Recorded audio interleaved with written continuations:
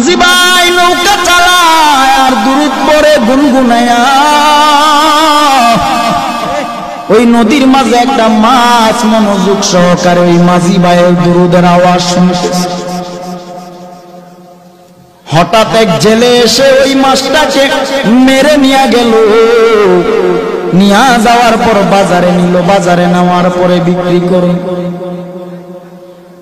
মাছটা মনোযোগ সহকারে নবীর দুরূদ শুনতেছে,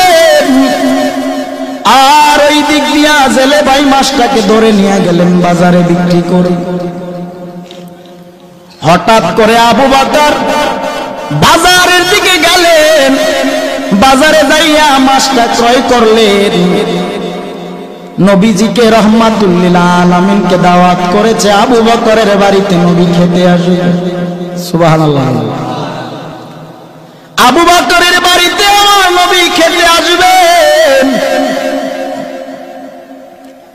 মাছটা কিনে বাড়ি নিয়ে বিবির কাছে বললেন, বিবি তুমি মাছটা সুন্দর করে রান্না করে তৈরি করে নাও, রহমাতুল লিল আলামিন আজকে আমার বাড়িতে খেতে আসবে। বিবি মাছটাকে কেটে রান্না করার জন্য কড়াইয়ের মধ্যে যখন রাখলেন, পাতিলার মধ্যে যখন রাখলেন, চুলায় আগুন জ্বালায়। এরে বাবা, চুলার আগুন বারবার নিভে যায়। আবু বকর চিন্তা করে দেখলেন মাছটাকে রান্না করার জন্য রেডি করে আগুন নিভে যায়, চুলায় আগুন জ্বলেন।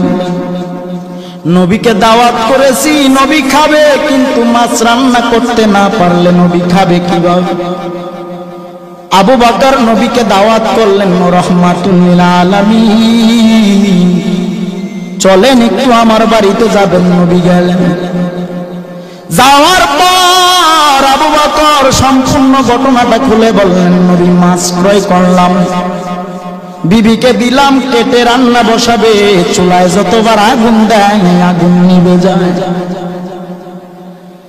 আল্লাহর নবী রহমাতুল লিল আলামিন ডেকে বলেন, ও আবু বকর, দুনিয়ার আগুন কেন জাহান্নামের আগুন এই মাছটাকে পোড়াতে পারবে না? বলে কেন? নবী আমার ডেকে বলেন, ও আবু বকর, মাঝি নদীর মধ্যে আমি নবী প্রেমে পাগল হয়ে দুরূদ শরীফ এই মাছটা মনোযোগ দিয়ে আমি নবী দুরূদের আওয়াজ শুনে আমি নবীর বড় পাগল। ওই মাছটাকে তুমি এনে কেটেছো, রান্না করার জন্য নিয়ে আসছো। দুনিয়ার আগুন কেন জাহান্নামের আগুন যদি এই মাছের গায়ে লাগানো হয়, এই দুনিয়ার আগুন না জাহান্নামের আগুন এই মাছটাকে পোড়া সম্ভব না।